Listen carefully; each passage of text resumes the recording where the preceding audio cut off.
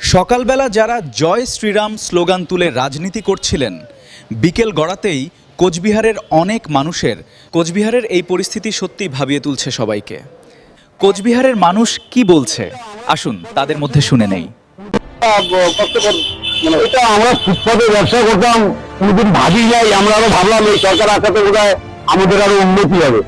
উন্নতি দূরের কথা, এই এত পরিবার, প্রায় 10,000-এর মতন পরিবার, এই 10,000 ভোট তো কোনো হারে পড়ছে, কোনো সংগঠনে পড়ছে, তারপরে দিচ্ছে।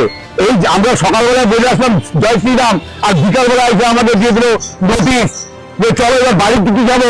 বাড়িতে নাইচে গেলাম, খুব জয় শ্রীরাম বলতে বলতে নাইচে গেলাম। এবার বাড়িতে যাওয়া পরে বাড়িতে যাওয়া গেলে নোটিশ এসে গেছে, কিসের নোটিশ? দোকান ভাঙো। তাহলে এই খুশি করে আসলাম, আর পরে যে বিক্ষোভ রাখাবো, এটা কি সঠিক? এটা সঠিক রাস্তা? আমাদেরকে সময় দিতে লাগতো কিছুদিন, 2-4-6 মাস সময় দিচ্ছি, তোমরা চলে যাও।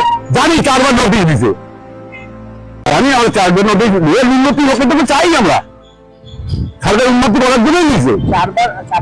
না না, 4বার যে নোটিশটা লেখা আছে 4বার আমাদেরকে নোটিশ করছে, এটা সত্যি কথা। আজকের থেকে নোটিশ করে না, অনেকদিন আমাদের আগে চলে যাওয়া হতো পুরো, কিন্তু এবার আমাদের লাস্ট সময় নতুন সরকার আসছে, আমাদের একটু সময় দিতে লাগবে। কি চাইছেন সরকারের কাছে? কি আমাদের পুরোনায় এটা ব্যবস্থা করবে, আমাদের কোনোখানে রেলের থেকে কোনো জায়গা দেয়, যেমন এটা যেন আমদানির কাছে না চলে যায়, যে আমরাই নিতে পারবো না। যাদের দোকান ছিল তাদেরকে ডাকিয়ে বলেন যে আপনাদের কার ছিল, আমরা রেল প্লেস দিচ্ছি, আপনারা আসেন।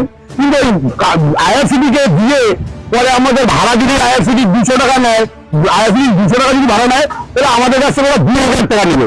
তারপর আমাদের মতন গরিব লোক 20-50 হাজার 1 লাখ টাকা জমা দিয়ে দোকান করতে হবে। ওরা আমাদের ফ্যামিলিটা কি হবে? একটা আগে সরকার চাকরি বাকরি বাচ্চাদের শেষ, 3টা পর্যন্ত শেষ করে দিয়ে গেছে কোন সরকার। আমার বাড়িতে 3-4টা বাচ্চা আছে, তাদের বয়স হয়ে গেছে মাত্র 5 বছর, তাই তো?